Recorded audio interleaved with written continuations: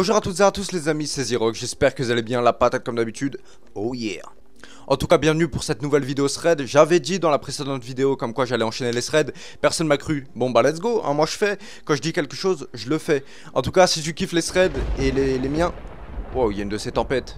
En tout cas, aujourd'hui, on va pas parler d'un thread d'horreur paranormale comme la dernière fois, mais aujourd'hui d'un thread qui peut vraiment exister, qui peut vraiment vous arriver. Bon, faut sacrément être con et dangereux de ouf, mais bon, ça peut vous arriver. En tout cas, comme d'habitude, installe-toi, prends tes popcorn si t'en as, et mets-toi bien mon gars, et surtout mets un like et abonne-toi si tu kiffes, et puis c'est parti pour le thread. Est-ce que vous connaissez One Piece hein? C'est un manga assez célèbre que à peu près tout le monde connaît, qui va parler de pirates, de bateaux, d'îles, tout ça. D'ailleurs c'est lourd de ouf, regardez, mais bon bref, on n'est pas là pour ça.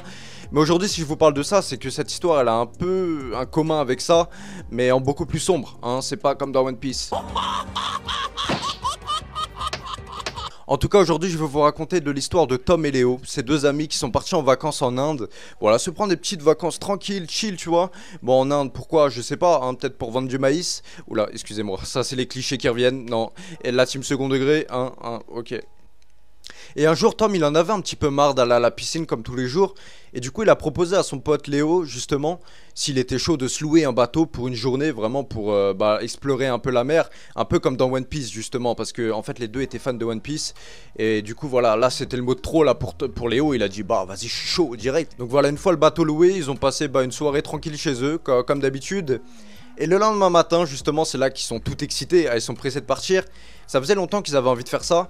Et du coup, ils allaient à la location de bateau assez tôt, hein, pour profiter un maximum de la journée. Donc une fois qu'ils ont le bateau, ils vont commencer à prendre place. Et lui, Léo, c'était le genre de mec qui aimait pas trop conduire ce genre d'engin. Donc lui, il avait réservé sa place à l'avant du bateau pour profiter un maximum de la vitesse et des vagues, tu vois ce que je veux dire? Et lui, Tom, justement, son kiff, c'était de conduire. Du coup ça va, il se complétait bien. Et Tom justement lui prenait en main le bateau. Enfin pas en main mais enfin le gouvernail quoi. Enfin pas le volant.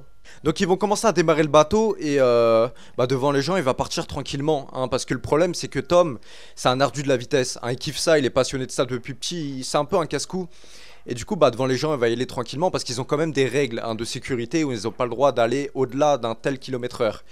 Mais bien sûr une fois que les gens le regardent plus et qu'ils se sont éloignés, Tom il va commencer à tracer sa race pendant une heure. Et ils vont vraiment un maximum profiter de leur journée, ce qui est normal hein. Et ils ont totalement raison.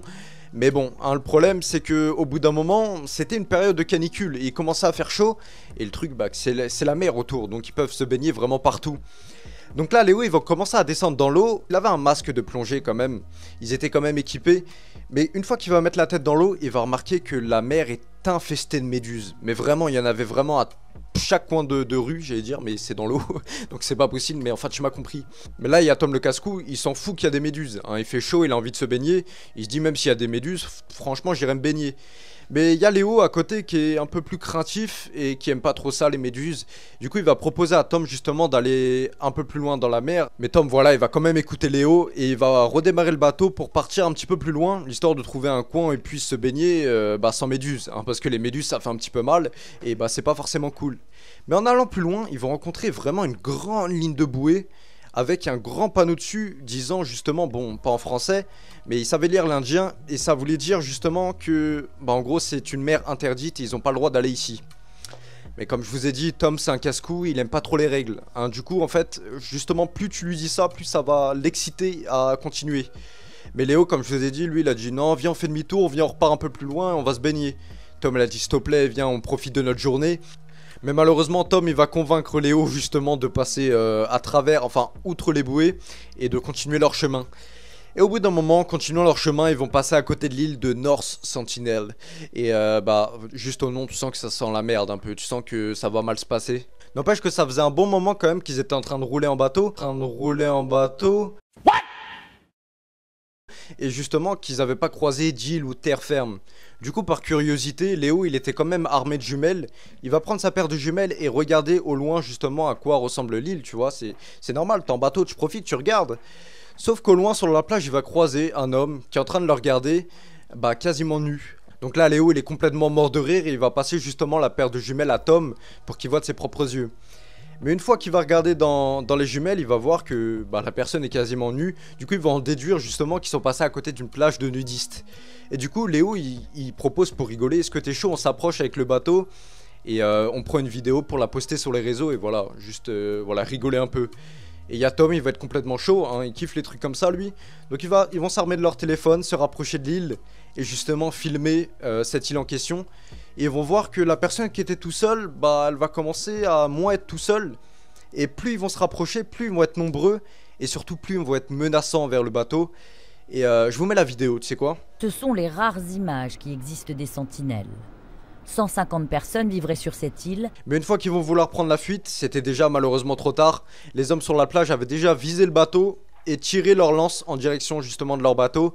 Et ils avaient un bon petit shoot les bâtards, hein. Ils visaient assez bien parce que bah Léo il a été touché en plein dans la jambe parce que lui il était à l'avant du bateau comme je vous ai dit. Tom il était dans sa cabine tranquille mais Léo il n'était pas protégé. Et il s'est pris une flèche, enfin une lance plutôt, en plein dans la jambe. Du coup bah il était vraiment mal en point ce con. Donc là Tom par réflexe il va complètement arrêter le bateau et aller secourir justement Léo, ce qui est normal parce qu'il avait quand même une lance coincée dans la jambe. Donc ils vont commencer à essayer de défaire justement la lance de sa jambe, l'histoire de soigner l'hémorragie un maximum. Sauf que malheureusement bah sur la plage ils avaient pas tous fini de lancer leur lance. C'est pas mal ça. Et devant les yeux de Léo il va voir une lance arriver en plein dans le crâne de Tom. Et Tom va mourir malheureusement sur le coup. Donc là Léo il est complètement choqué par ce qu'il vient de voir. Et il va essayer de se relever quand même pour reprendre en main le bateau et se tailler d'ici. Mais le problème c'est que bah il a même pas réussi à se relever que les hommes ils étaient déjà sur le bateau, hein. Donc je pense que c'est leur manoudou, c'est pas possible vu comment il nageait aussi vite. Le truc qu'ils vont faire c'est qu'ils vont pas tuer Léo mais justement lui caler un sac sur la tête pour qu'il ne voie rien. Et apparemment après c'était vraiment le noir total, peut-être à cause de l'hémorragie tout ça, mais il est complètement tombé dans les vapes. Quelques heures plus tard, Léo il va se réveiller de son coma, toujours dans le noir complet, hein, parce que comme je vous ai dit, il avait un sac sur la tête. Mais il va entendre quelqu'un arriver à côté de lui et lui dire comme quoi il a soigné ses blessures et que maintenant il devait manger pour reprendre des forces et continuer la journée. Donc là, Léo il est un petit peu plus soulagé déjà parce qu'il a été sauvé de cette fameuse tribu. Mais le problème c'est que quand ils vont lui retirer le sac, bah, il va remarquer que ce qu'il va devoir manger, bah, en fait c'était son ami qui était complètement en train de cuire et c'était bien une tribu de cannibales. Voilà, c'est pas très beau comme histoire, hein, mais bon, oh, ok. Mais là, la personne à côté va lui dire un truc qui va pas mal le choquer. C'est manger ou être mangé.